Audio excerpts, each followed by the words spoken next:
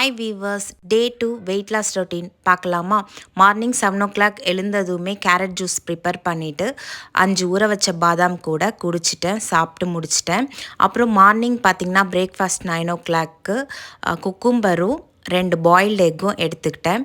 அப்புறம் 11 o'clock போல் lemon போட்டு நன்னாரி சர்பத் juice குடித்தேன். அப்புறமா 1 o'clock ஷார்ப்பாக லன்ச் எடுத்துக்கினேன். ஆட்டுக்கால் கிரேவி, 3 மீன், ஒரு பாயில்டு எக், அப்புறம் ரைஸ் பால்ஸ் இது எல்லாமே சாப்பிட்டு முடிச்சிட்டேன். அப்புறம் மார்னிங் டு ஈவினிங்குள்ளார நீங்கள் 3 to 4 liters வாட்டர் கம்பல்சரியாக குடிக்கணும். அதுக்கப்புறமா 4:30 போல் க்ரீன் டீ குடிச்சிட்டு அப்படியே நான் கொஞ்சம் நேரத்தில் வாக் பண்ண ஆரம்பிச்சிட்டேன். இதுதான் எங்கள் ஸ்ட்ரீட். ஒரு 1/2 hour வாக் பண்ணேன்.